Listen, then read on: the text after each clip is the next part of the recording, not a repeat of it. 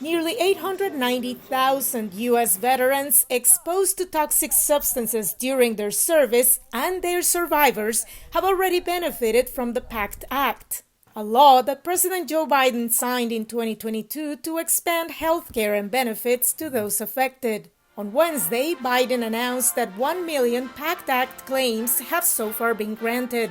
Trouble breathing, cancer, brain cancer. Folks, you suffered long enough. You shouldn't have to prove that your illness came from their service. But thanks to the PACT Act, you don't have to prove it now.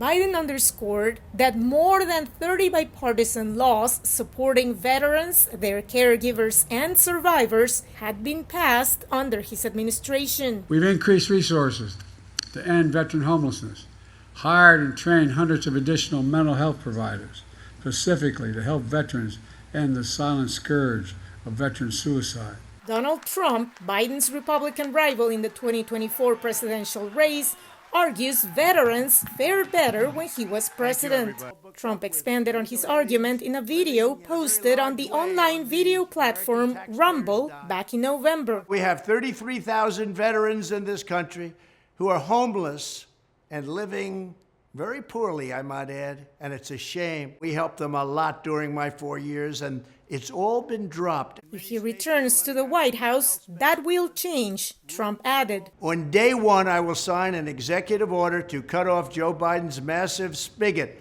of funding for shelter and transport of illegal aliens and redirect a portion of those savings, a very large portion, I might add, to provide shelter and treatment for homeless American veterans. The National Association of Social Workers hailed improvements to veterans' well-being under both the Biden and Trump administrations. The latter, for instance, increased veterans' access to support and care outside the U.S. Department of Veterans Affairs. But challenges remain. Individuals have been experiencing issues with access in terms of entering their system, but also barriers in terms of paperwork, significant wait times, and really just a lack of present workforce. Istrid noted that the next U.S. president will need to pay special attention to facilitating veterans' access to mental health care, especially considering the provider shortages the field is currently experiencing.